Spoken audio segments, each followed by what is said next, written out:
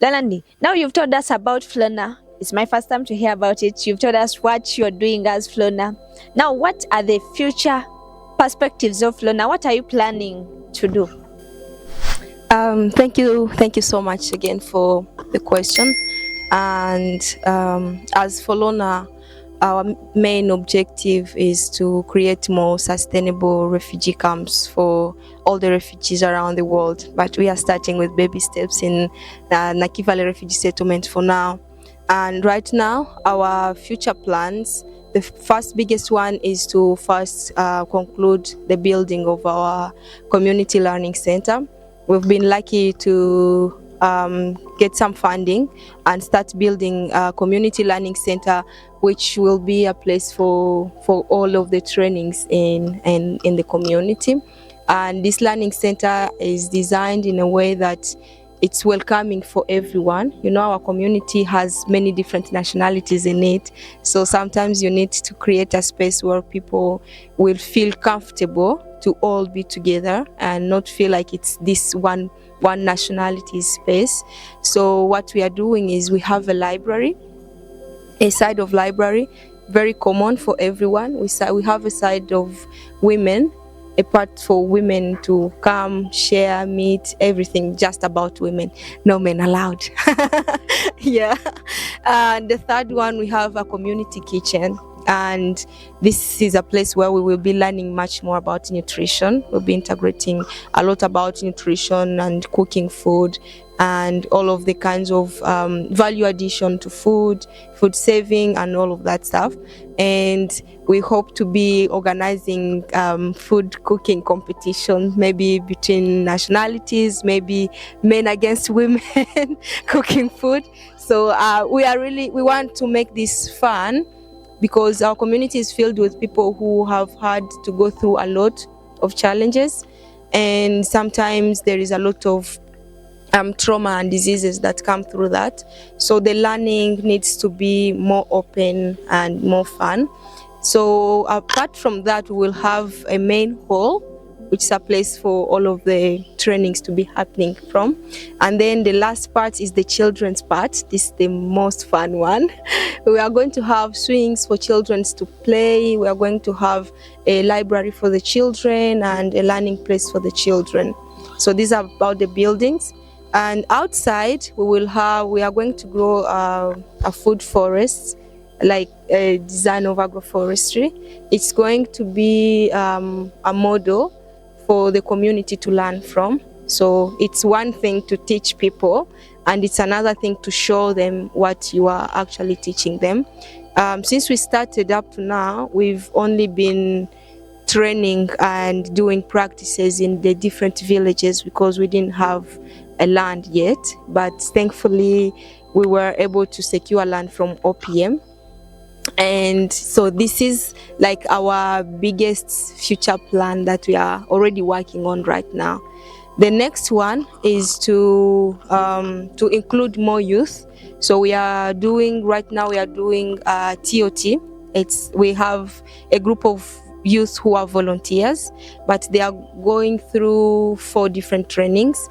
The first one is, of course, permaculture, agroforestry, and everything that has to do with food.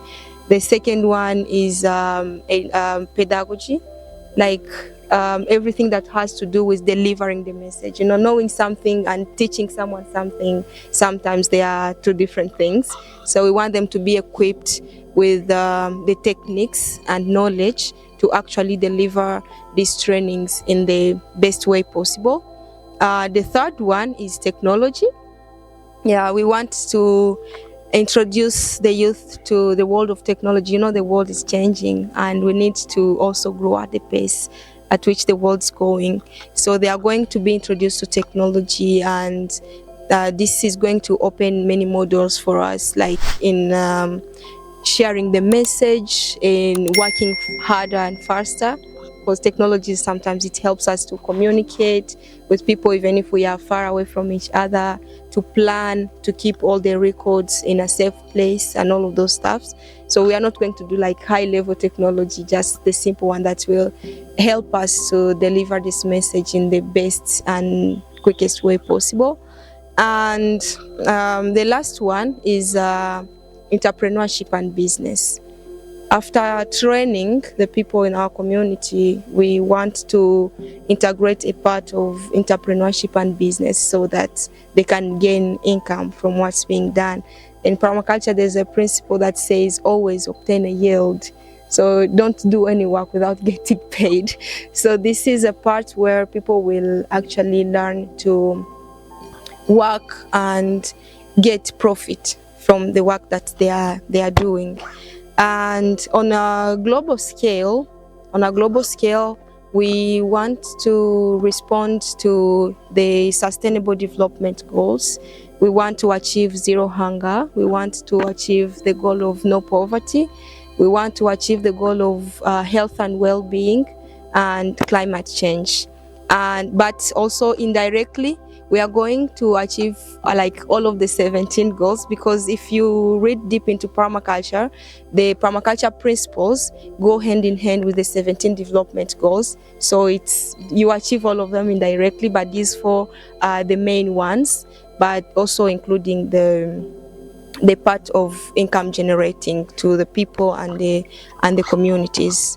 And I'm very, very happy that I've met all of these young guys here and that we've had a lot of conversations together, and I'm very hopeful in everything that we are going to achieve from here, because I know each one of us here has a lot of plans to do after coming from here, because we've been able to see things different from what we already knew before. And yeah, I hope we'll keep in touch and tell each other what's going on in all the parts of Africa where we work from. Yeah, thank you so much. Wow, you people are really having nice perspectives and future plans. Oh, you're going to flourish. I see. Yeah, it's really good. Yeah, we need to change the world. Wow. So we need youth, and we're going to do it. We're already doing it. I see, and we shall achieve it together. Yeah. Always obtain a yield. Always.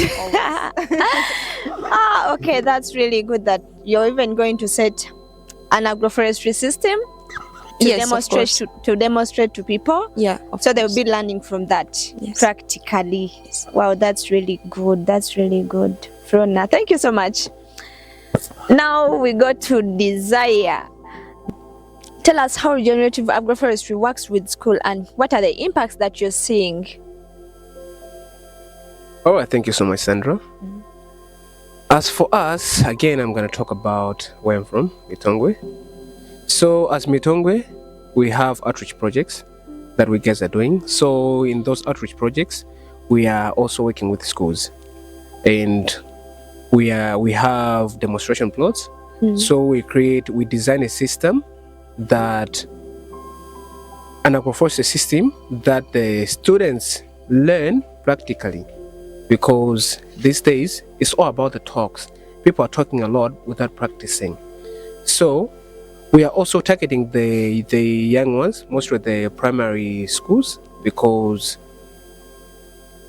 they say, I'll say in my language, we say Kongo Lantengo ukanaliwa ngono.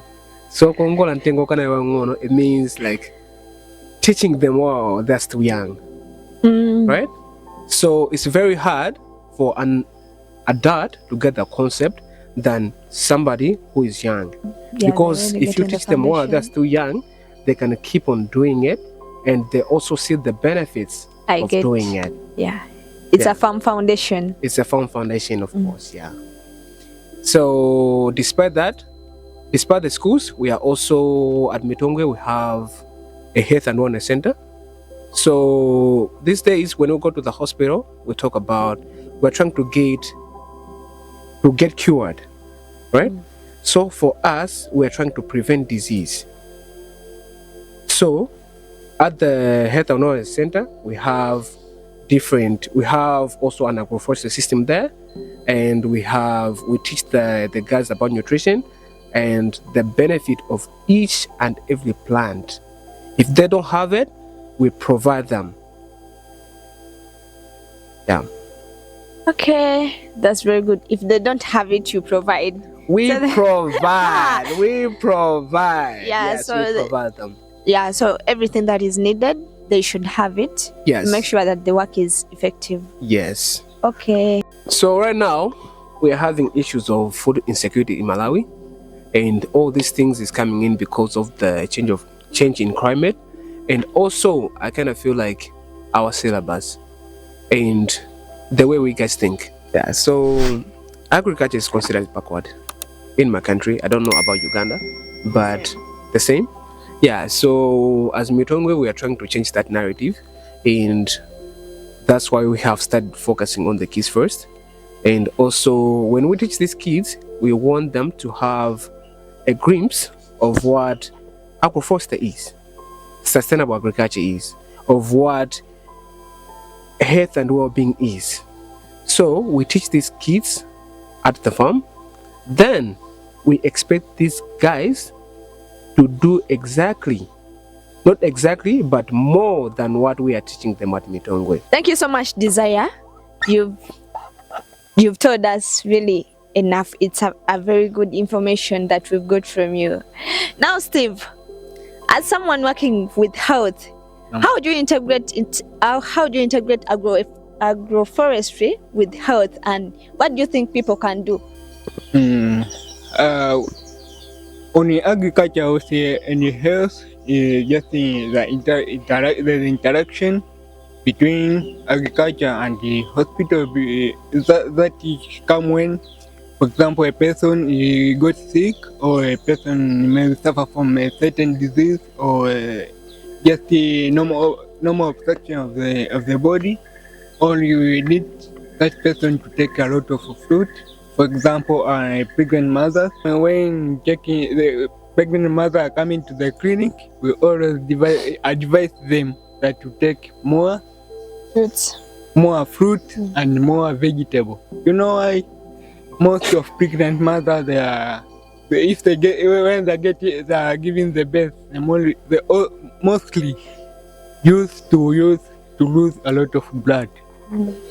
Yeah, if you, for example, you just ask a mother, why you didn't even take a vegetable or a fruit? So during the pregnancy, say, I was like, I didn't have money, I didn't have this, but all the agroforest, when you, for example, you establish a small garden for just over helping them, how to be going to feed them. So by that, we shall be doing. Telling them something that they even see. Yeah. They even go home and also establish their own. Yeah, their demos own. there. Yeah. Okay. Yeah, that's just the best way. And also agroforestry on medicine. Like, for example, a person got coughing, we advise him or her to take some ginger, so he can just stop the. Okay. Yeah. Also, most of young baby, they normally want they shall be taking. Oh, we shall be giving them the education how to get nutrition on that. Yeah, for that, agroforestry just interaction by using the right way. Yeah, thank you. Okay, Steve, thank you so much. We've seen how agroforestry relates with health, how these people who are concerning with our health can relate to agroforestry with it, because now he was talking like if a pregnant mother comes and then you advise her to eat vegetables and fruits. There are some things that you will say when even someone doesn't know how they look like, but if you have your system there, you show them how they can grow them and how they look like and how they behave. Yeah, they like now that pregnant lady can go back and practice that in their own homes. So by doing that, you're already promoting regenerative agroforestry, and you're promoting a sustainable livelihood. Thank you so much, Steve, for that. Now we go to Andrew. Can you show us the profitability part of agroforestry? Because so many people say, like when they hear that with agroforestry you can plant various crops and plants, trees, what and what on the same piece of land, they'd be like, no, you cannot make money out of that because people are just used of monoculture. Now, can you show us that profitability part? All right. Thank you. In agroforestry, we encourage farmers to grow a lot of things together. I always say that just like us humans, we need each other, we rely each other as we are living on this earth. It also applies the same to plants. They need companionships. There's symbiotic relationships among the plants as well. So when you integrate them together, when you intercrop the plants together, you create a very positive environment for them, for their healthy growth for them. So you can see that the productivity is much more higher when you integrate these crops together. So the profitability part is you make a lot of income if you are more into commercial and you are using your commercial production, you are using the agroforestry principles. It happens that you get a lot of profits as compared to the people who are practicing monoculture way of farming. So you encourage them. You encourage a lot of people who are who doesn't know and who are getting it hard to understand this concept of planting a lot of plants and crops together, so that they should try it, because we're the people who are already into it, and we know what we are saying here. I know what I'm saying because we have tried it, we are really doing it, and we are getting a lot of profits from this way of farming. So that's what I can say about profitability. All right, thank you so much, Andrew. And now we go to Emmanuel. Emmanuel, how do you think regenerative agroforestry, or this gospel of agroforestry and sustainable agriculture, can be spread to the young generation? First of all, we have not to think about ourselves. We have to think also for the nature and the next generation which comes. All right, we've reached the end of our conversation. Thank you so much, gentlemen and a lady.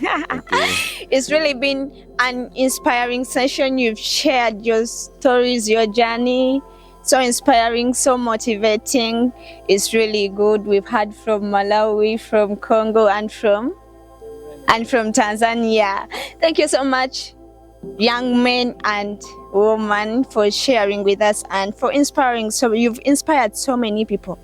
And thank you so much for following us up to this end, our viewers. APL Agroforestry Powered Ladies Uganda, thank you so much for being tuned, and don't forget to subscribe to our YouTube channel and to support us and supporting all these people you're seeing here. Support them in their journey of creating a more sustainable future, a more sustainable Africa, the future of Africa and the world at large.